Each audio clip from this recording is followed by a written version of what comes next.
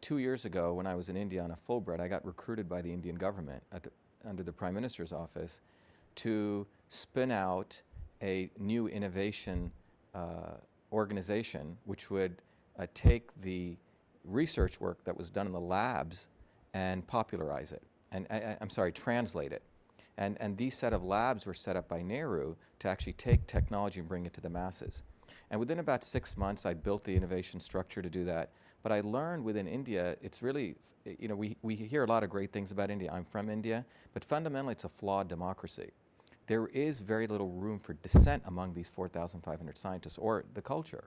So within that environment, you can't have innovation prosper. So I ended up writing a report which ended up hitting the press. I ended up having to leave that job and ended up having to leave India up through Nepal and out under fear of attack. So India on one level wants to do innovation but can't. And I don't think India and China fundamentally can until they have some changes in the democratic structure, even though the perception maybe there is democracy or some aspects of it. What we have in America, which I think to answer the question on innovation is, we fail to recognize how much freedom we actually have here relative to these countries. The right to dissent, yes, there are issues, but there is jurisprudence there. It's hard to pay off judges and lawyers. I mean, maybe that occurs at certain levels, but overall, we have tremendous amount of freedom here.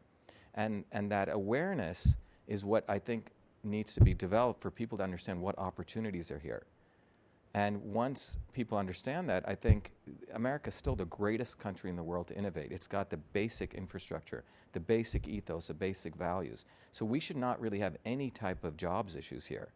I mean, when I look at the Postal Service, I wrote a couple of critical attacks on them, primarily not at the individuals, but to say the Postal Service grew up in an environment of innovation and freedom.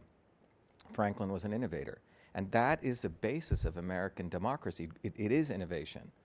And I think until people recognize that, versus just try to implement, sort of centers for innovation, but I think the political leadership needs to say, look, this country is founded on freedom, and innovation actually demands freedom, and freedom demands innovation. And I think you hear parts of that from both, the left and the right, but I think that concept is what, at the individual level, citizens need to recognize and embrace that, and take advantage of all the infrastructure that we have to do that. I don't think there's more money we need to throw at it, but I think it's individuals taking responsibility also.